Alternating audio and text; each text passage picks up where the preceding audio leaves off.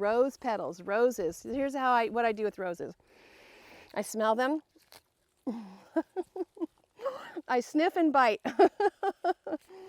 And you see these petals, they're so beautiful, right? And all rose petals are edible.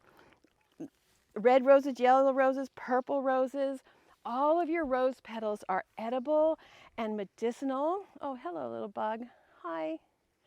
And what's amazing is you can make tea out of rose petals. And one of the amazing things about your rose petals is that they are cooling. Roses are nerving and they're cooling. So you can just harvest these petals and make tea with them and drink them on a hot summer day.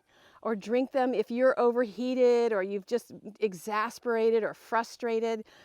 Rose petal tea, what it does is it calms the nerves and it cools the body. So you can also just take these fresh rose petals and cut them up and garnish your food with it. Or you can put it in your water. We love to drink, you put them in and you let them sit in the water and you make like a water infusion of the petals. And it's, again, cooling. It's a perfect summer cooling remedy and calming.